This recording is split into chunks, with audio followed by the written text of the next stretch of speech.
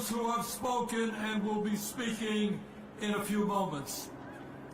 Brothers and sisters, what we are celebrating today in May Day is, in a sense, a sacred holiday. And all over our country, workers are coming out demanding justice, and all over the world, in dozens of countries.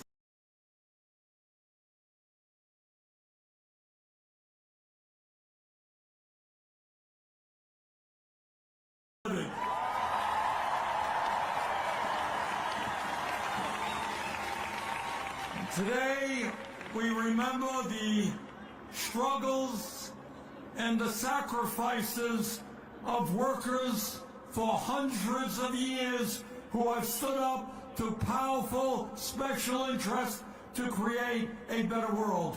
And today we thank our brothers and sisters in the trade union movement for continuing that struggle.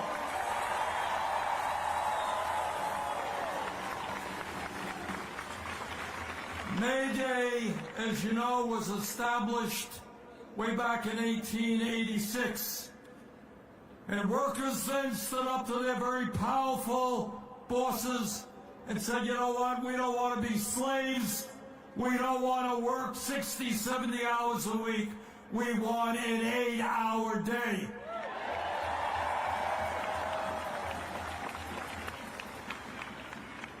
And throughout our history, workers stood up and they said, you know what, children should not be working in factories or in the fields. They should be in good schools. And throughout the years, workers said, we don't want our brothers and sisters dying in factories. We want safe working conditions. And workers in the trade union said that when people work more than 40 hours a week, as so many millions in our country do, they deserve and must have time and a half.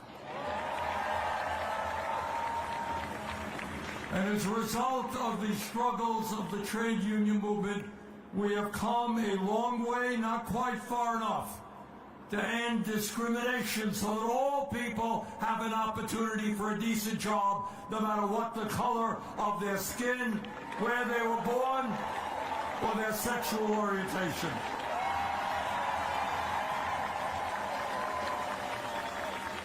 And when we think about history, I want you all to remember the fact that we have a social security system today which guarantees benefits to our older people and disabled did not happen by accident.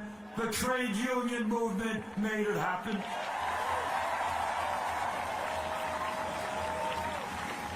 And the fact that senior citizens today through Medicare can get the health care they need did not happen by accident.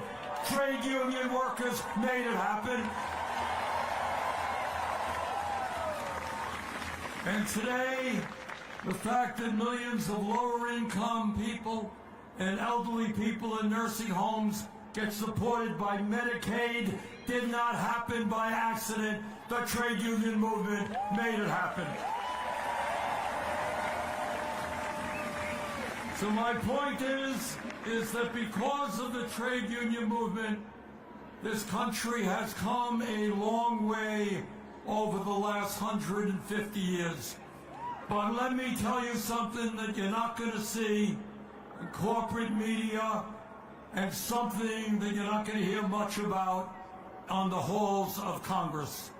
And that is that while we have accomplished much, we still have an enormously important road forward if we're going to create an economy that works for all of us, not just a few. So let us be clear and lay it out on the table. In the year 2025 in America, we are now living in an oligarchic form of society. Never before in our history have so few had so much wealth while so many Americans are struggling. Never before have so few had so much political power while millions of Americans no longer vote. Millions of others have given up on democracy because they look at government and they say, government is owned by billionaires, you are not representing us. You know, a few years ago, when I talked about oligarchy, people were saying, oh, what is Bernie talking about? Well, Donald Trump has made it very clear what we are talking about when we talk about oligarchy. Oligarchy is a president who, when he gets inaugurated, he doesn't hide it. Right behind him are the three wealthiest people in America, Musk, Bezos, and Zuckerberg.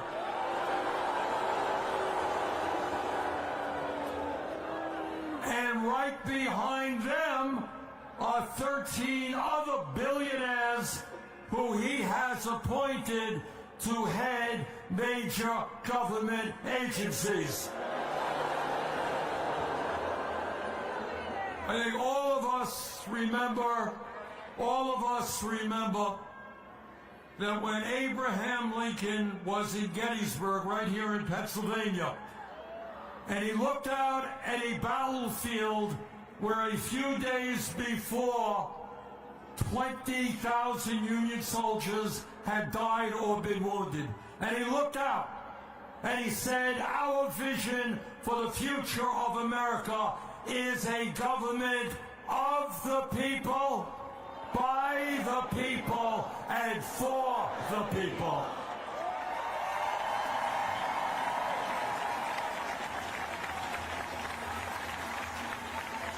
Well, what everyone knows is that today we have a government of the billionaire class, by the billionaire class, and for the billionaire class, and we will not allow that to continue. And let me be very clear. These oligarchs, these billionaires are not nice people. They are incredibly greedy people. You might think that somebody who has 10 or 20 billion dollars might be content, might think that's enough. Not these guys. They want it all. And they are prepared to destroy Social Security, Medicare, Medicaid, nutrition programs in order to get more tax breaks for themselves. So today, brothers and sisters, we tell these greedy oligarchs, this country belongs to all of us, not the billionaire class.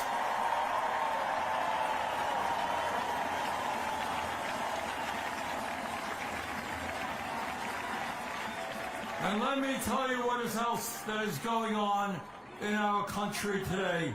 Today, in the richest country in the history of the world, 60% of our people are living paycheck to paycheck.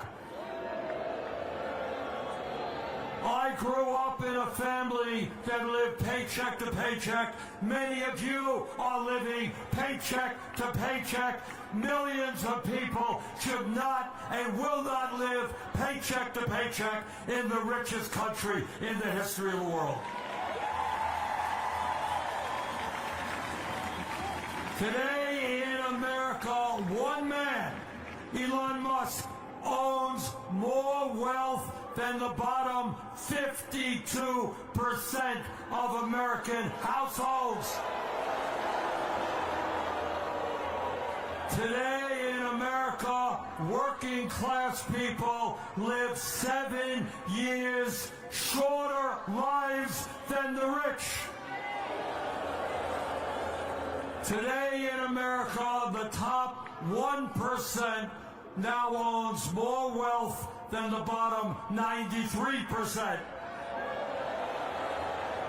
And CEOs make 350 times more than the average worker. And here is something that we don't talk about enough, and it tells us why the American people are furious. Today, the average worker in America, despite a huge explosion in technology and worker productivity, that average worker is earning less money per week in inflation accounted for dollars than he or she did 52 years ago. So it's not hard to understand what's happened. Over the last 50 years, the very richest people in this country have become much richer, while 800,000 people today sleep out on the street and the average worker struggles. So let me tell you something. I have gone all over this country, as some of you may know.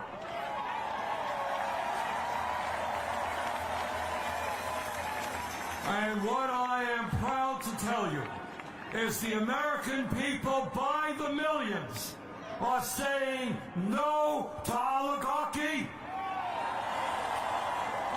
no to Trump's authoritarianism, no to Trump's kleptocracy, and no to tax breaks for billionaires. And I'm here in Pennsylvania to tell any member of the Pennsylvania delegation that if they vote for tax breaks for billionaires and cut Medicaid, nutrition, and education, we are going to throw them out of their jobs.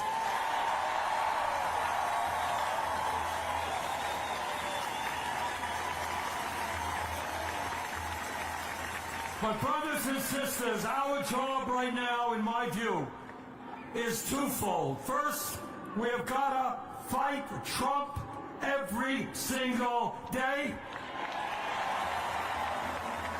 But secondly, we need to have a vision as to where our country goes in the future.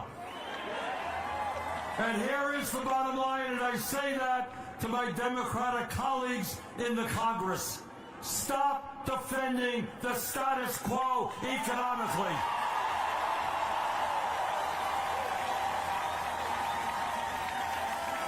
An economy in which the rich get richer and working people struggle should not be defended. So there are a number of things that we have got to keep our eyes on, and understand, please, you are living in the richest country in the history of the world. It is not a radical idea. It is not utopian to say that every man, woman, and child can and should have a decent standard of living.